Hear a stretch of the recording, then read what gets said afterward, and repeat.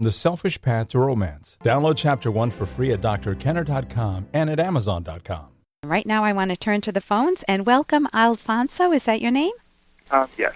Okay. You're trying to figure out how to handle your wife? Yes, my controlling wife. Your controlling wife. Okay.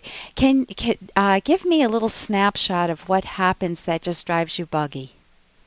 Well, it's the fact that, okay, we have two cars, and she happens to have to control both cars. She has to control my credit card, my bank account, when I eat, what I do, who I talk on the phone with, just about everything. Okay. How long have you been married? For about 3 years. And was it like this from the beginning? A little bit, but I, for some reason, thought it was going to change, I guess. You mean you thought she would relax and yeah. How do you make sense of that? I don't. Actually don't. You don't. But it sounds like she's not trusting you. Yeah, I think that's a little bit like, because she had a bad marriage before me. And had a rough childhood, so I guess she's taking it out on me. Okay. My guess is you've brought that up to her? Yes. And what is it turns into an argument. How so? Well, she turns it around saying that I'm the one that's the problem. I need therapy, and it's never really a actual conversation. It turns always into some type of argument, and I'm trying to figure out what am I saying wrong that triggers the argument. And what have you learned? When you look at what are the triggers, what have you discovered? Sometimes I'm not saying anything bad. I'm bringing up, I guess, the truth, I guess, sometimes, and I guess she doesn't like it. That's a different story. What would be one truth? Give me an example of a truth that you brought up and that she's pushing away and refusing to talk about. Well, the fact that she claims that her ex-husband was very controlling to her. Yeah. But I see her how she is toward me, and I tell her who was actually the controlling one. You know, I really don't think she could have been that controlling because the way you treated me, and she gets upset about that. So, and you said, so when you say to her, these are the examples, this is what I'm seeing, I don't have a choice of cars or when to use them or my credit card or my bank account or who I talk to, you're tracking everything I do, and this is, I feel, controlled. When you share that with her and say, I don't see how your previous marriage could have been, I don't see how your ex could have been that controlling because you're actually the one that is controlling. And she says, what does she do at that point? Hey, I got to interrupt this because we've got to pay some bills. 30 seconds, that's it. A very quick ad, and then Ellen will be back. Romance. Ugh, I wish guys knew more about what we want from a relationship. Boy, I wish I knew more about what I want. Where's that ad I saw? Here it is. The Selfish Path to Romance. A serious romance guidebook. Download Chapter 1 for free at selfishromance.com and buy it at amazon.com. The Selfish Path to Romance. That is interesting.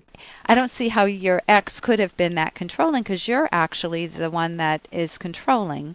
And she says, what does she do at that point? She gets upset about it and starts an argument. And where does she go with that? I mean, if she's...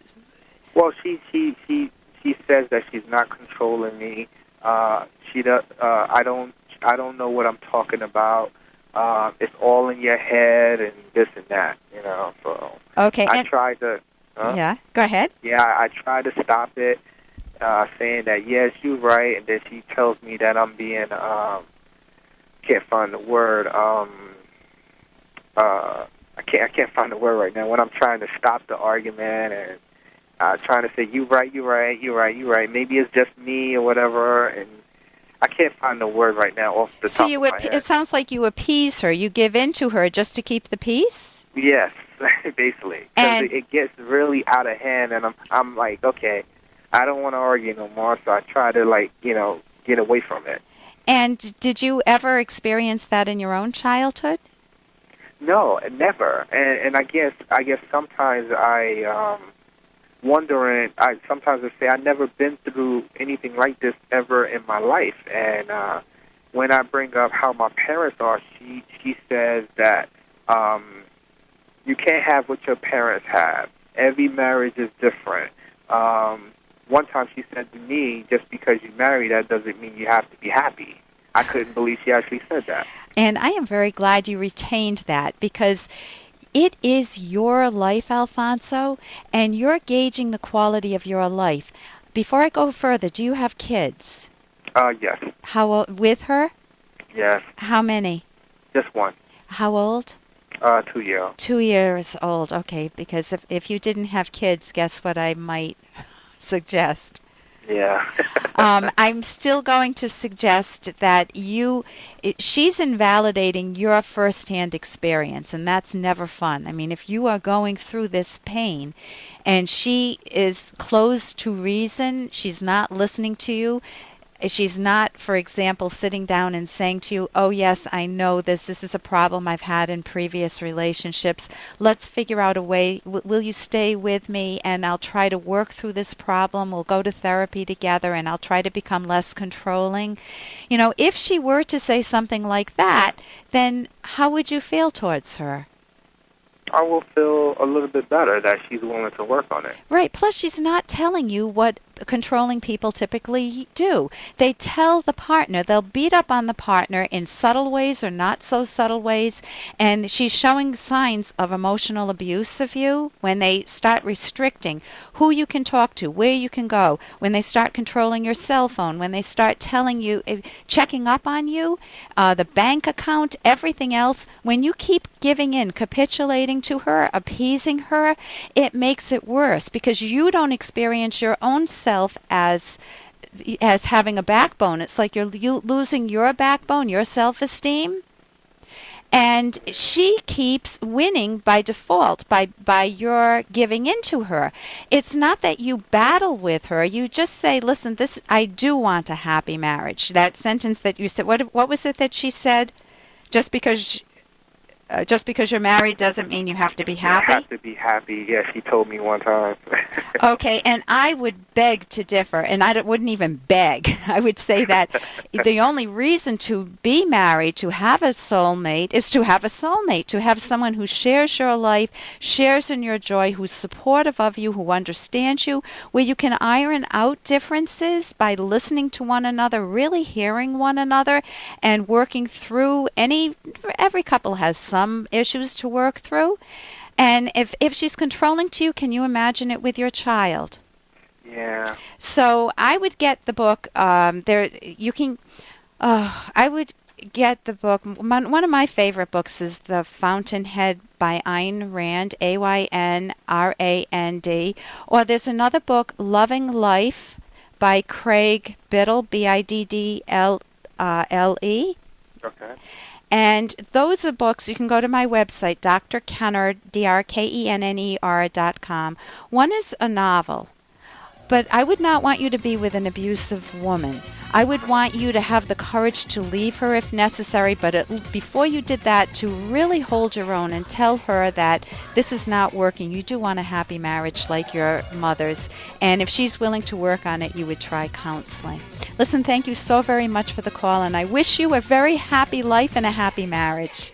Thank you. For more Dr. Kenner podcast, go to drkenner.com and please listen to this ad. Here's an excerpt from The Selfish Path to Romance by Dr. Ellen Kenner. Reasonable resistance involves actively thinking about an issue and openly exploring differences. This includes looking at facts and identifying specific reasons behind your strongly held but differing opinions and feelings.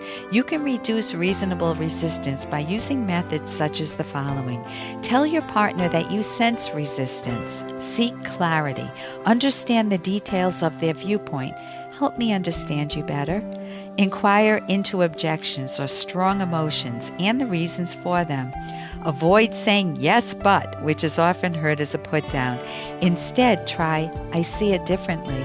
Handle objections with a solution focus, not a blame focus, and do not rush your partner. Give your partner time to digest new ideas or suggestions. You can download Chapter 1 for free at drkenner.com, and you can buy the book at amazon.com.